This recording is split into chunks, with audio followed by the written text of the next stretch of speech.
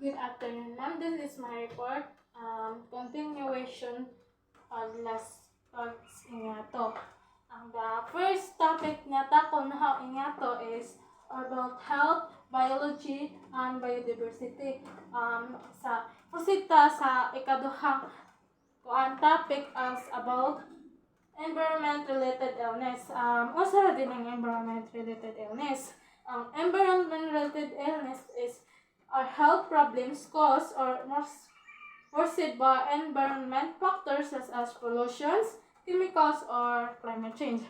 Ang environment-related illness na ako is makulong na yung mga sakit nga naghatag na nga mga sakit nga pwede na makuha nga gikan sa environment. For example sa mga sakit like air pollution. Air pollution nga makuha na nga sakit diri is respiratory problems and cardiovascular disease. Ang respiratory problems ang makuha na nga sakit is asthma, chronic obstructive pulmonary disease. Sa cardiovascular disease ang makuha na nga sakit like heart attack and strokes. Some human illnesses that are found to be related with its environment includes Parkinson's disease, heart disease, cancer, chronic obstructive pulmonary disease, asthma, diabetes, obesity, occupational injuries, dysentery, arthritis, malaria, and depression. Bako rin yung mga sakit ka pwede na makuha na to gikan sa nawasak na environment.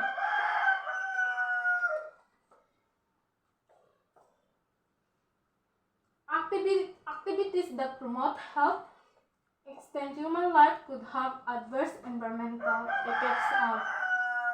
Ang nag-promote ko sa health and extend human life is na adverse environmental effects. Ang adverse environmental effects is nag-repercussion siya sa negative impacts in the natural environment caused by human activities or natural disasters.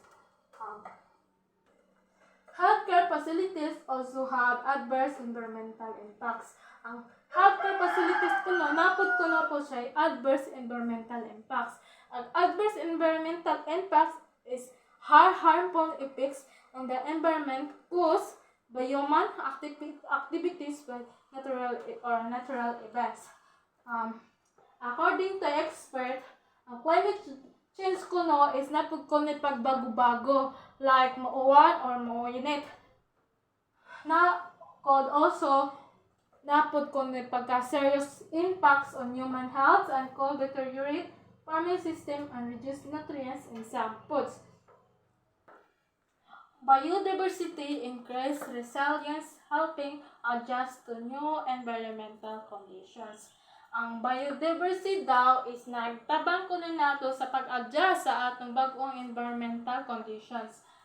Relationship between human health and the environment creates many ethical, social, and legal dilemmas. Is a relationship between sa human health and environment creates many ethical is human health daw is nag-connected siya sa environment while ang environment trace many ethical, social, and legal dilemmas is nag-focus siya sa environment ethics, sa social justice or law.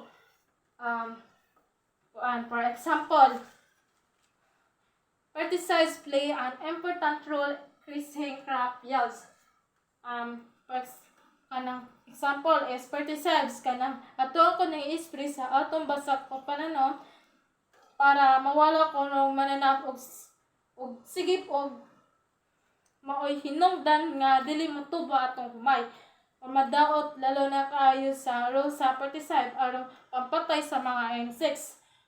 Pero kini ko ng pesticide is mga cause ni og hazard sa human health na to labos na sa mogamit ani nga without wearing mask or atong inhale or ilanghap ang mga chemicals is mga cause po ni sakit sa atong panghawas na to is decision making process should be fair, open and democratic. Ang decision making ko no is na ko na po ni sa katungod nga mag-prepare ko no sila sa mga tao ko no nga kinsa ang na-affected sa environmental risk. Nga ang environmental risk ko no is na ko no si katungod nga tingin sa atong sika size bitaw nga magkuhan na to concerns